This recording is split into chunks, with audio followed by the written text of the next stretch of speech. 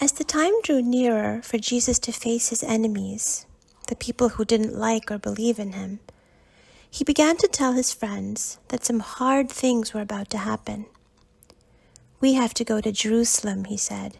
"I'm going to be arrested there, and some people will say terrible things about me, things that are not true, and I will be killed by the Roman soldiers." But then Jesus reassured his friends with a wonderful promise. "Don't be afraid," he said. "Don't give up hope. This is not the end.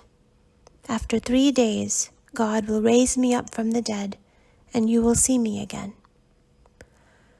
When Jesus' friends heard this, they were shocked and sad and scared.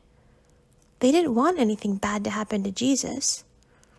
One of his friends, Peter, was so upset that he began scolding Jesus. "What are you talking about?" Peter asked him. "You don't have to go to Jerusalem. You don't have to die.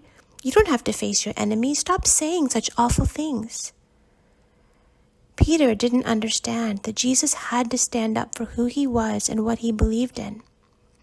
Peter wanted Jesus to hide, run away to stay safe, or somehow use his power to destroy his enemies. But that was not what Jesus had come to earth to do. He had come to love everyone, even his enemies. So Jesus stood up to Peter and said, "No, Peter, you need to listen to God and not to evil. I'm not going to run away from what's right. Don't tempt me to choose the easy way out. We need to think about God's ways, not our own." Then Jesus turned to everyone who was listening and said, "If anyone wants to become my followers, they must deny themselves, take up their crosses and follow me.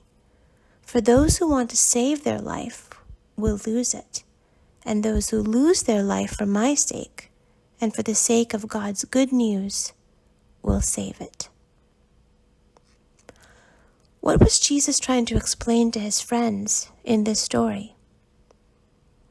Why did Peter get so upset at Jesus? What do you think Jesus meant when he said we must take up our crosses and follow him?